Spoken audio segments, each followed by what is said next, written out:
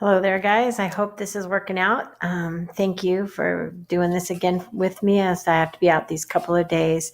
Yesterday, we started in on our significance testing, having to use T procedures. And today's notes is just a little follow up on that. We're still on section 1 of chapter 12. Still doing tests about a population mean. Remember, we did the Z-test when we know sigma of the population.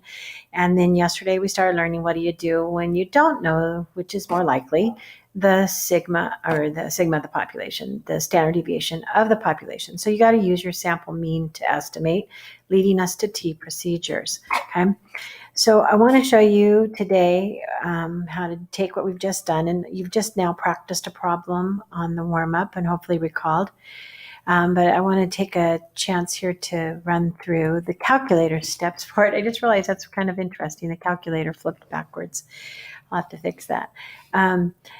You remember when you go to the table for a t-test, you get a range for t. T is between this and that, okay? So if you want to find the exact p-value instead of a range for it, you can use your calculator. And so here are the steps, and I hope you have your calculators in front of you. I want you to give this a try. You go to distribution, which is second VARS key of the 8384s.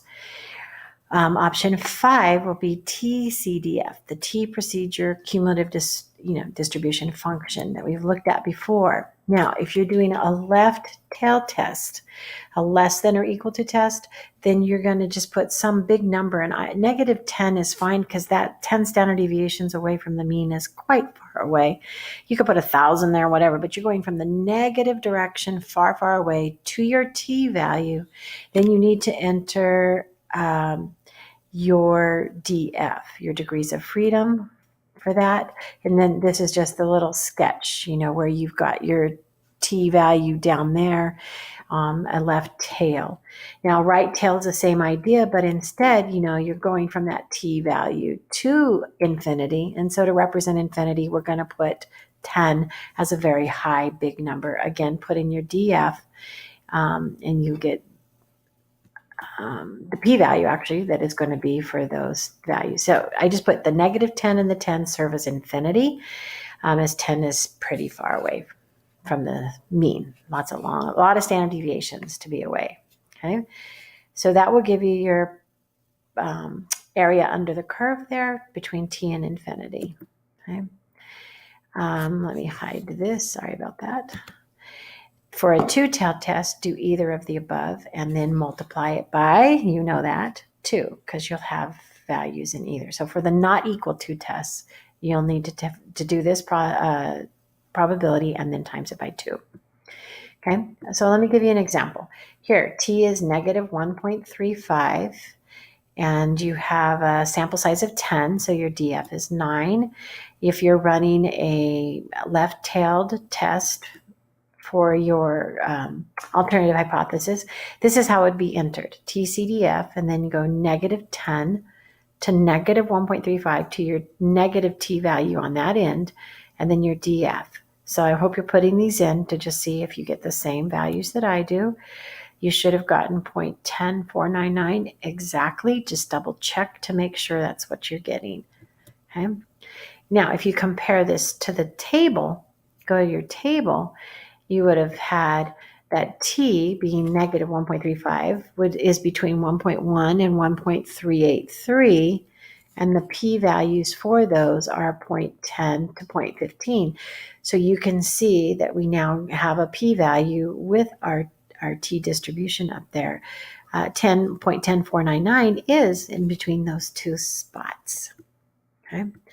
So I just want to run another example here for you. Let's look at a right-tailed test.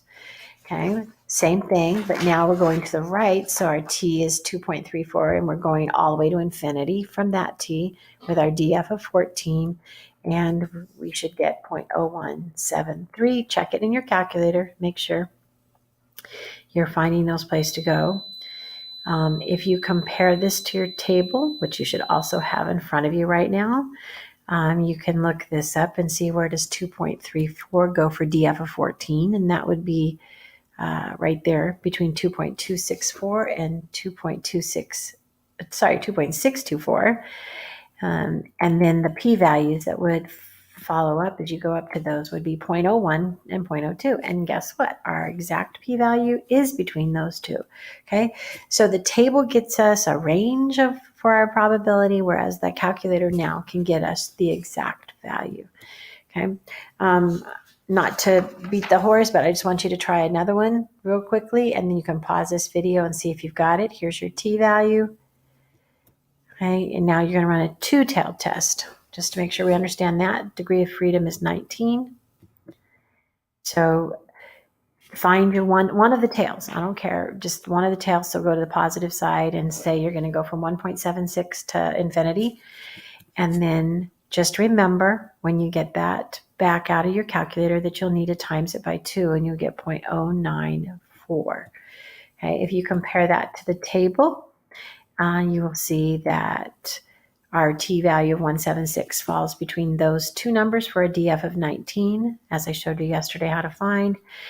That then follows up to 0.025 and 0.05, which both had to be times by 2 because it was a two-tailed test, giving us our final p-value between 5% and 10%, which is exactly, we got 0.09. So we're in there.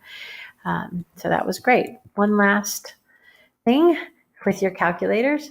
That what I just showed you is how to find the p-value once you know t. But you might want to do the entire test in your calculator, which will give you more information. So here's your calculator command, stat test, a 2t, go to number 2, which is t-test. Sorry, all my clocks are chiming because it's on the hour at my house.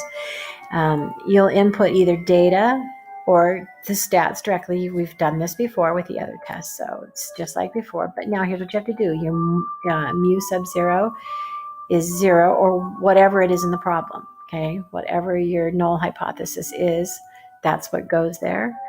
If you're doing data, choose your list that your data is in, leave frequency 1.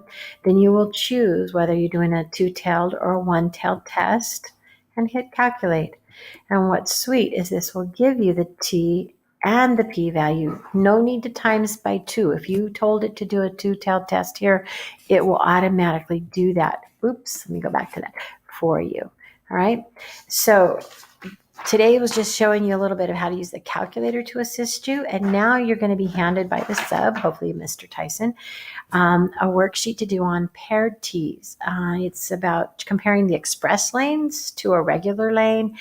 And you're going to do a paired t test, so you need to calculate the difference. So you're going to do regular lane minus express lane. I would like you to do that direction just so everyone can do it the same direction. So when you subtract those two in the columns of the worksheet that you'll be given, a negative value for the difference will then mean that the express lane is slower than the regular, and a plus value would mean that the express lane is faster. A positive value would be faster. Put those values into your calculator. Use the calculator commands, and don't forget on your paper to write out the commands that you've used and everything you've entered, everything we've talked about that's required on the AP testing. This time when you write your plan, you'll be saying paired t-test for mu. Okay, sorry about that. My other phone's going. Okay, a little craziness. So remember to do state, plan, do, conclude on the worksheet. You have an n that is less than 30, so you're going to need to do some sketching to check for normality. This time when you do your mu for your HO and your HA, would you put mu diff, little diff in the subscript. Mu diff is 0. That's going to be that there's no change, no difference between the two. And since we're going to be doing, I think she wants to see that the express lane is faster, you're going to do HAs that mu diff is greater than 0. And run through that test and see how you can do. You do have a quiz tomorrow on t-tests. So the practice that you've just done yesterday and again today should prepare you for that quiz tomorrow. You'll be doing t-tests. So make sure to ask any questions, and my answer keys have been left there for you to double check with before you go home today. Hope it's successful, and I'll see you again tomorrow on another tape. Bye.